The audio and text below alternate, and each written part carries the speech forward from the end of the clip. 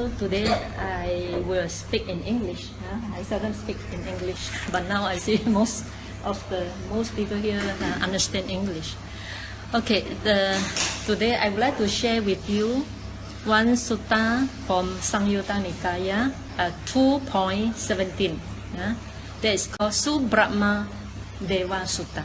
Subrahma Deva Sutta. So one day the Deva, we call Deva Putta, come from the heaven down to the earth and approach the Buddha.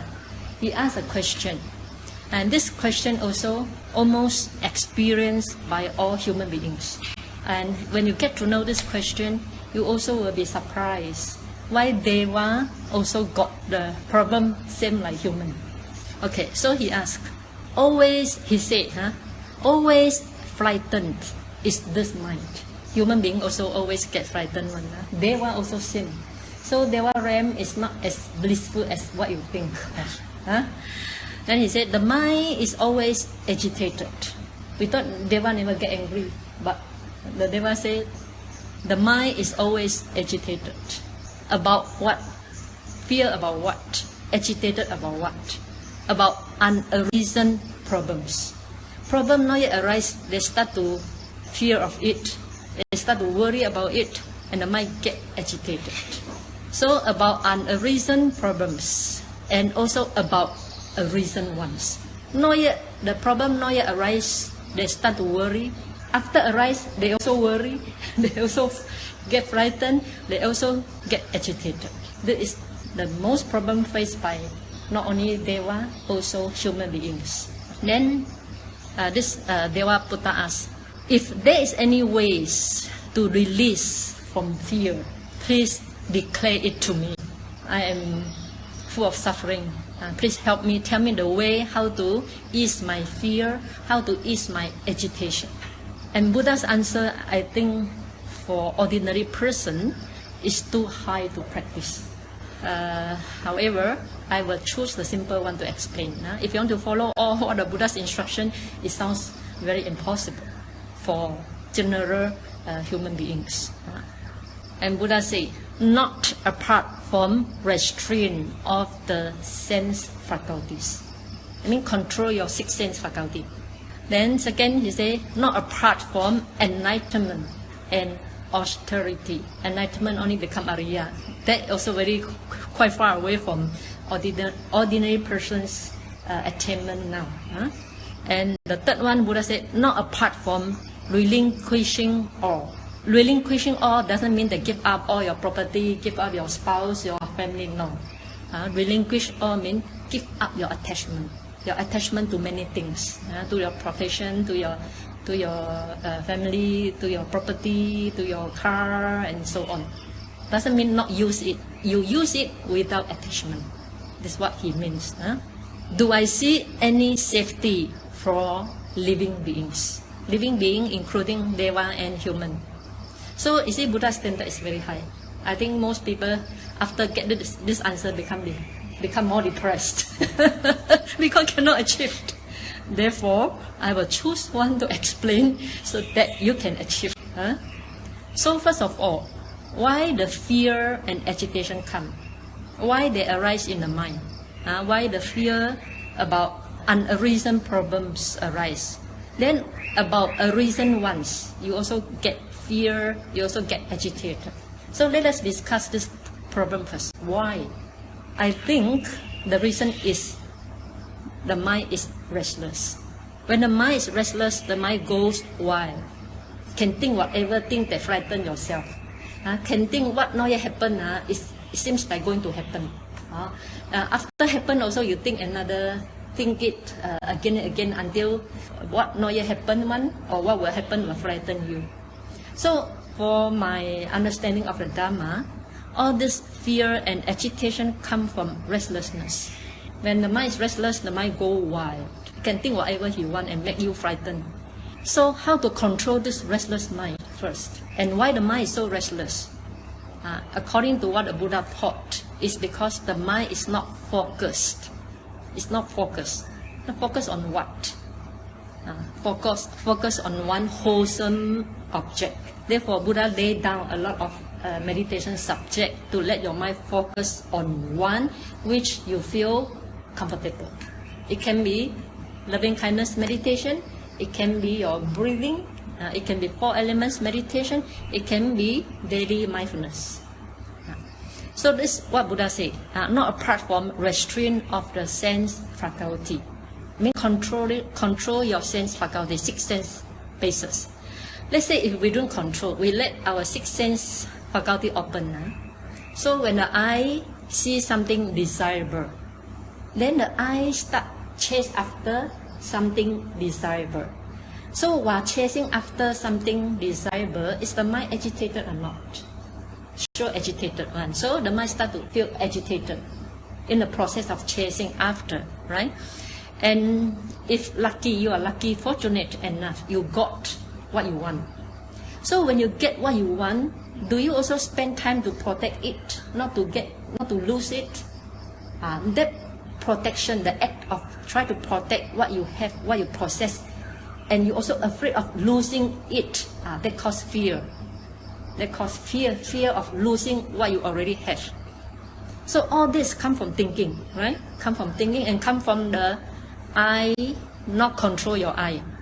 The basic one is come from, the foundation is comes from you to not control your eye. You let loose your eye to chase after the eye desires. And you let loose your ear to chase after what your ear hears. You let loose your nose to chase after what your nose desires. And you let loose the tongue to eat what you want to eat. Then you let loose the body to chase after what you desire for the body and also the mind. So because of letting loose this 6 sense faculty, so this sense faculty are very busy chasing after what they want. And within the chasing after what they want, there's a lot of agitation. And if not getting what you want, also there's despair, disappointment. And after getting what the six sense faculty wants, you're also afraid of losing it. Then there's a fear, and there's a how to guard it, how to guard your property. That also cause a lot of restlessness, cause a lot of agitation. Therefore, Buddha said, not apart from restraint of the sense faculty. So how to restrain the sense faculty? In the sutta, Buddha mentioned 2. One is called Gochara Sampajaya, guarding your 6 sense faculty through Samatha meditation, through concentration meditation. Focus your mind on one meditation subject.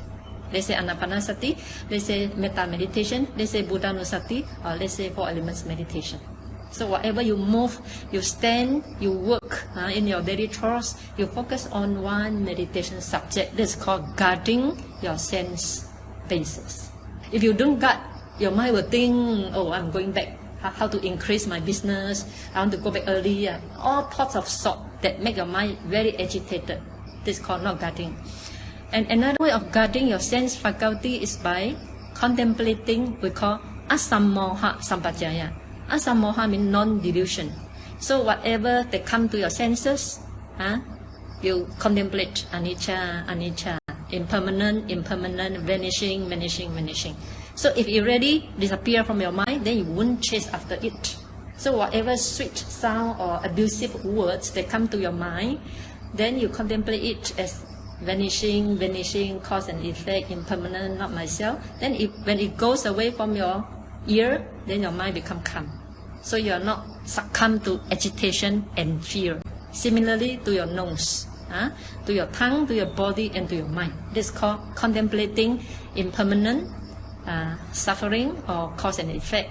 So to prevent the further action due to the arising of defilements through the 6 sense bases, 6 sense faculty. So this one, I think that can be done by layperson. And Buddha said, after that, Buddha said, not apart from enlightenment. That's still very far away for most people, right? Enlightenment for enlighten from what? Enlightenment means realization. Realize what? Realize 4 noble truths. So this partially can be practiced. First, the noble truth of suffering. The noble truth of suffering has to be found within your mind and body. So also if you get your mind entangle. You get your mind focused on your mind and body. Also, your mind will not go up. Your mind will not be restless, will not be agitated, will not be succumb to fear and so on. So you always keep your mind to your mind and body, or another word, your four elements, your feelings, your perception, and your anger, your greed, and your jealousy, your worry, and slow and torpor, and so on. Always get your mind to see through all this. That is how you can anchor your mind, so that all these wild thoughts, agitation, fear will not enter into your mind. This also partly you can practice by seeing again the nature of your mind and body. Then, if you want, then you should investigate the origin of all this. Why I have mind and body? Why mind and body arise in me? So you can further investigate to find out more truth about the Four Noble Truths. So after you walk through the Four Noble Truths, then you become enlightened. This is how then you see the safety. You see the safety. The mind will not be fearful anymore, will not be agitated anymore.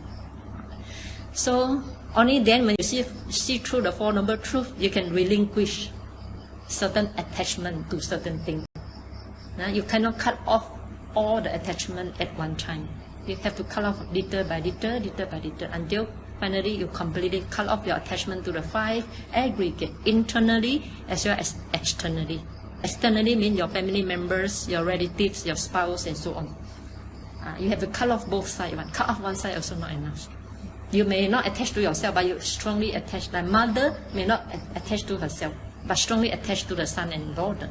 Therefore, you have to see through, letting go the attachment to oneself as well as to the other party. Only then that enlightenment can be achieved. But before you achieve enlightenment, let us start with guarding your senses first.